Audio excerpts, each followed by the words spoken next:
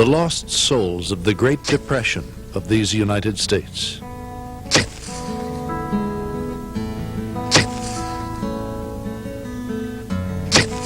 We shall learn the facts of unemployment if all our people, employed as well as unemployed, cooperate in the unemployment census.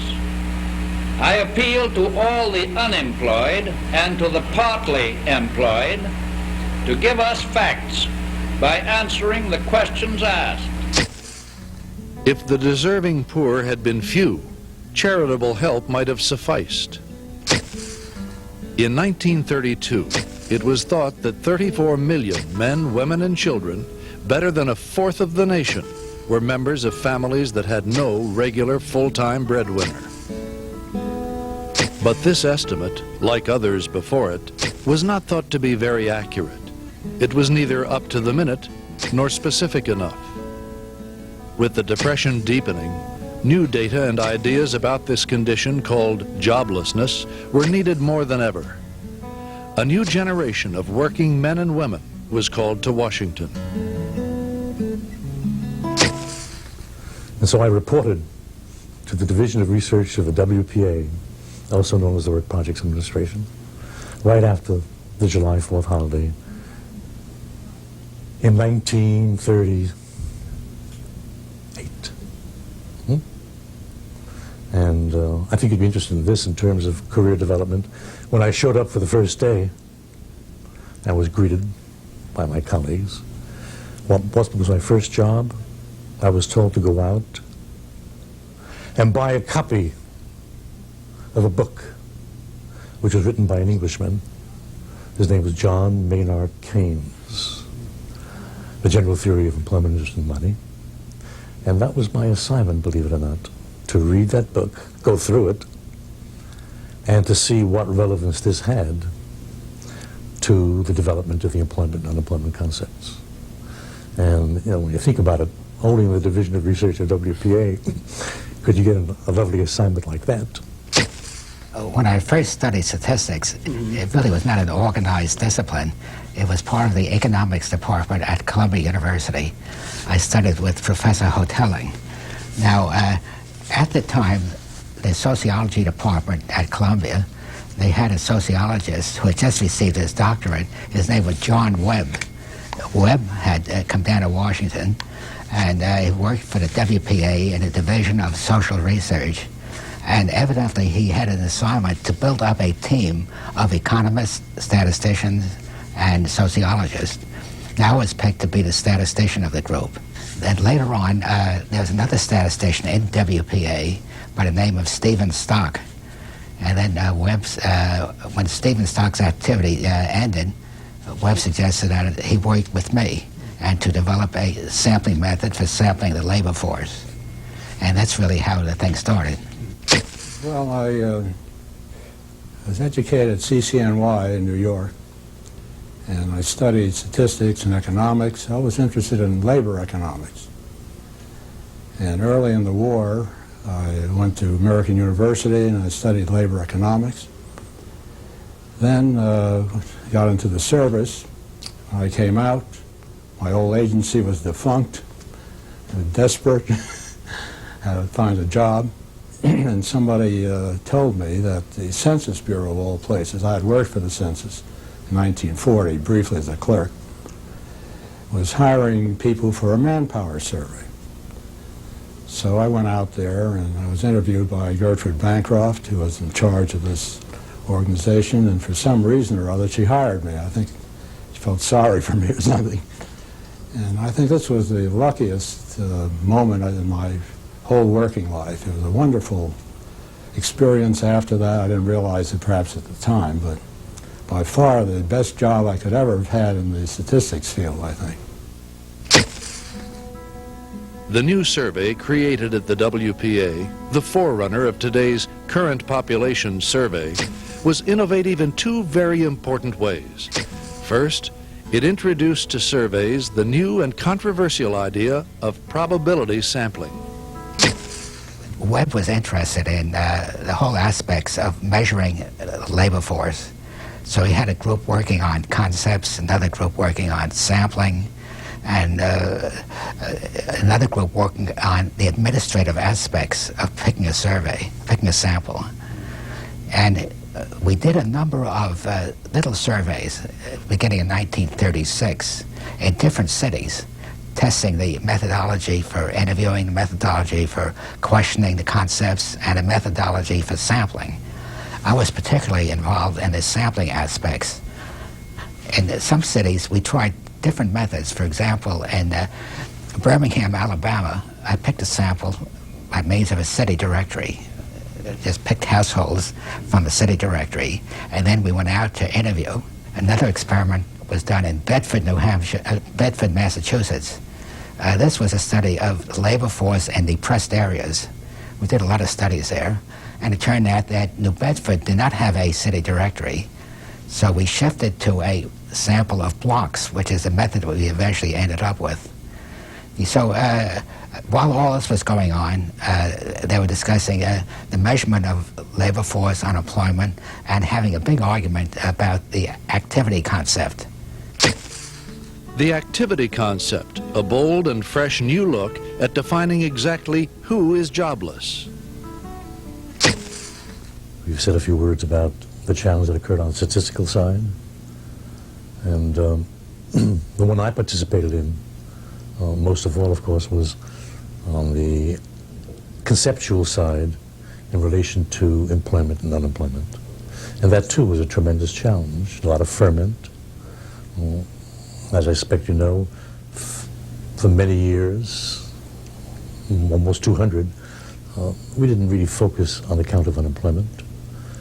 There was a gainful worker concept, for example, which, this is not to be invidious, focused more on the occupations that people worked in.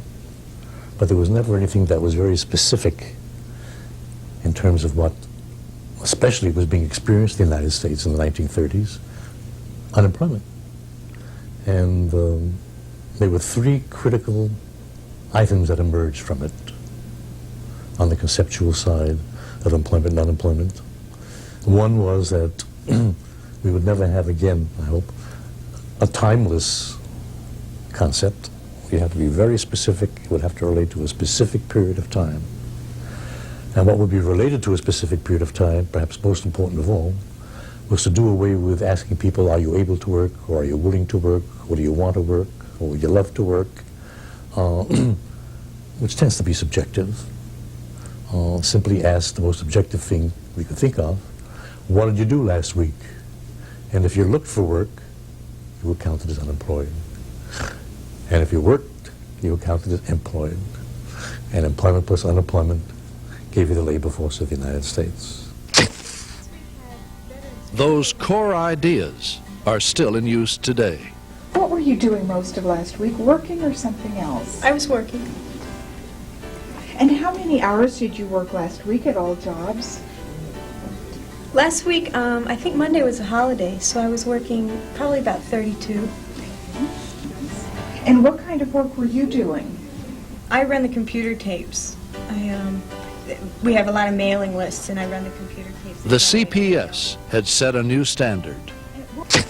Some years ago, I was at a statistical meeting, and Senator Moynihan was the principal speaker, and he made a very interesting comment on the impact that government statistics of this sort, such as the current population survey, have had on policy. He said he remembers the days before current population survey, back in the Depression, when the economists, Congress, the White House, everybody spent all their time and energies arguing about how many unemployed there were, he says. As soon as the current population survey came into existence and became accepted as it did, he said, this rather unproductive effort on their part, they could abandon it and spend their time arguing about much more important things like what to do about the unemployment, how to deal with it, what policies should be. As the Depression years ended, the role of the W.PA faded, and the CPS needed a new home. I have to sigh first. There were some differences of opinion, sir. about where they should be lodged. There was a distinguished group that ought to be in the Bureau of Labor Statistics. I mean, labor statistics. What's more relevant to labor statistics than employment and unemployment? And then there was something called the Bureau of the Census, which after all had a little bit of experience in collecting data. And there were some, how shall I say, lively discussions around the table about where they should go. Perhaps it was bureaucratic. Hopefully it was bureaucratic in the best sense of the term.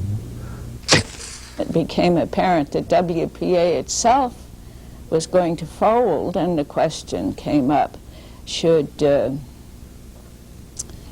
this survey be rescued and moved someplace else, and if so, where? And of course this was a very ticklish question.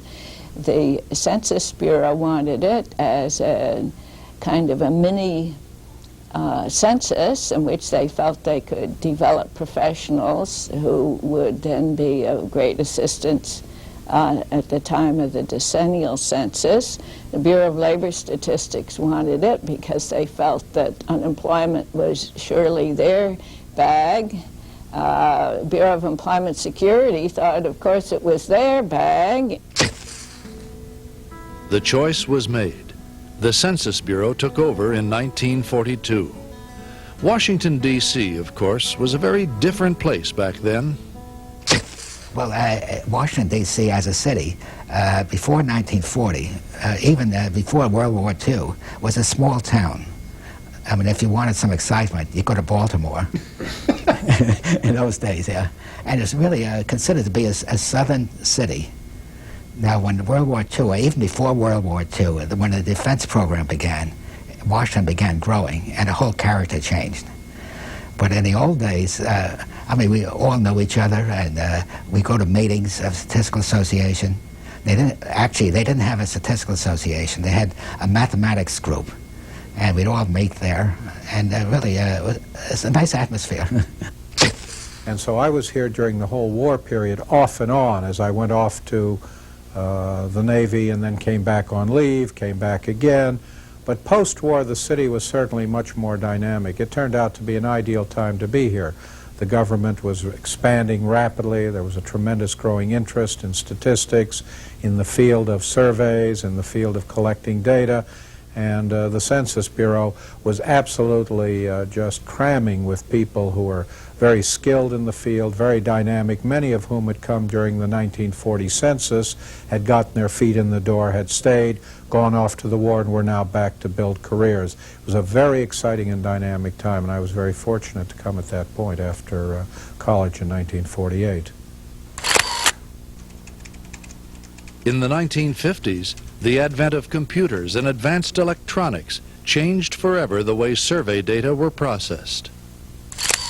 Now, one of the interesting things we did in the early 50s was a shift to computers. The Census Bureau had purchased a Univac 1, one of the earliest computers for the 1950 census, but they couldn't get it to work in time to be helpful in the census, and here it was sitting here, an expensive piece of machinery, and I thought, well, obviously you ought to put the surveys, especially the CPS, on the computer. And I was interested also in doing that because the punch card equipment was becoming increasingly difficult to use with these advanced estimation procedures, all the tabs we wanted, and so on. They said, well, you want to put it on a computer? You do it. See, just a handful of people who knew how to program. So they assigned two of them to us, and I know Danny Levine was one of the people who worked with me, and several others.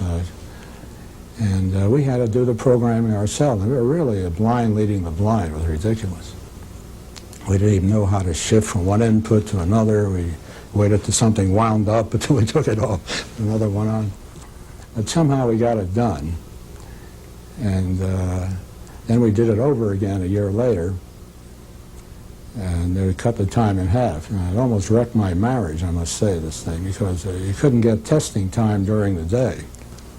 So we sat over there at midnight, 2 o'clock, 3 o'clock, you know, in order to prove in these programs. In fact, there were 4 of us, and we played bridge there starting at midnight. the computer technology advances in the Bureau of Labor Statistics, first of all, I'd like to talk to that point, was brought to the forefront because of establishment reporting system. And I was asked to make a recommendation, since that was under me then, what should we buy? And I actually went out, you ready? To a place called Salt Lake City, Utah. Why? Because they had one of the most advanced computers in the United States of America. The church did, because of their genealogical interest. And they were very kind enough to let me see it. Not everybody could get in, and to advise me. But we're talking about this month. In the crucial role of analysis, good-natured disputes over interpretation and meaning of the data were, and often are, the rule. One of the nice things about being in the Bureau is no matter what your grade was, if there was a meeting in an area in which you happened to have some involvement, you were invited generally, and that was quite a wonderful thing because you got to see how things developed. And there was a discussion on the CPS going on, and Bob Pearl and Joe Steinberg and Gertrude Bancroft and a few other people were sitting around discussing this. Discussing it in the Census Bureau meant that very gradually, if not almost exponentially, voices began to rise. And they'd had a number of arguments before where the voices had risen apparently to a ridiculous decibel level. And so they'd passed a rule in this committee. He who spoke loud would have to pay a fine. He who said nasty things about anybody else in the context of the argument would have to pay an exorbitant fine. And during this heated discussion, there was one moment where fact went beyond possibility, I guess, and Bob Pearl rose to his full height, reached into his pocket, turned to Joe Steinberg and said, "I don't know what I've got in my pocket, but it's worth every goddamn penny to tell you what I think about your stupid idea." Threw the whole damn pocket full of money that rolled in all directions. The first time we met, I can't describe the atmosphere. You know, you couldn't cut it with a knife. You needed a cleaver. You know, we were sitting there, really figures about 8 hours to get this little release out. Now, Margaret had a rule. It was a very good German restaurant near the Budget Bureau called Arnold's, unfortunately out of business. And she had a rule, if we finished the draft by noon, we eat lunch at Arnold's. If not, we eat sandwiches in the Bureau of Budget cafeteria. So you imagine about 11:30 that day, all the differences, you know, it's like the budget meeting over, we had at Andrews Field or wherever it was. At the 11th hour, everybody became more flexible. In 1959, responsibility for the CPS was divided between the Census Bureau and BLS. Today, the monthly results of the survey are released after a whirlwind of activity at both agencies. First, the actual interviews take place in households all across America. Then there's the complex and daunting task of processing all that raw data, the transmission of the new information from Census to BLS, and finally, the analysis and publication of what's new in the nation's labor markets for that month. All told, a mere 2 weeks have elapsed from the final interview to when Dr. Janet Norwood addresses the Joint Economic Committee. Despite the broad job losses in October, the nation's unemployment rate remained at 5.7% after rising by half a percentage point between June and September. The labor force, which has shown very little growth over the past year, declined in October. This is not to say that numerous reviews have not been undertaken over the years to monitor and update the survey. But the core ideas introduced those 50 years ago have not been tampered with. Indeed, in the modern world, few things have been as reliable, as consistent as the monthly CPS. Its longevity, therefore, ultimately comes as no surprise. Do you have any final thoughts on the fact that the CPS is now 50 years old? Well, aside from the fact that I want to get my gray beard off of the floor so I don't trip on it, I find it impossible to believe. My mind is full of memories of Gertrude Bancroft in the early years at Census Bureau with no air conditioning, with Bob in the office, and Zlotnick, and Libby Kahn, and myself, and a secretary, virtually 6 of us in a tiny room. I guess that's how all big edifices start, in one small room with a lot of people working hard together. There's tragedy first, considering how old it makes me. But to be serious about it, there were more than a few people in high places who never gave this thing a chance, even for a decade, especially during the war. And here is something that's not only lasted 50 years. Now, people make cracks about the fact that anything can last in government 50 years, which happens not to be true. But it not only lasted 50 years, it became, if I may say so, a diadem in the tiara of the Bureau of Labor Statistics, and I think the economic and statistical fraternity as a whole. Here is something that lasted 50 years because there was a very good reason it did. It contributes, it makes sense, and it makes us all intelligible on what's happening in the United States. And I really don't think it would have happened without some of you young guys. And I congratulate you and I wish you well. Oh my. Well, I think it's had a notable first 50 years, and I look for a great 50 years to come. I really think that's enough.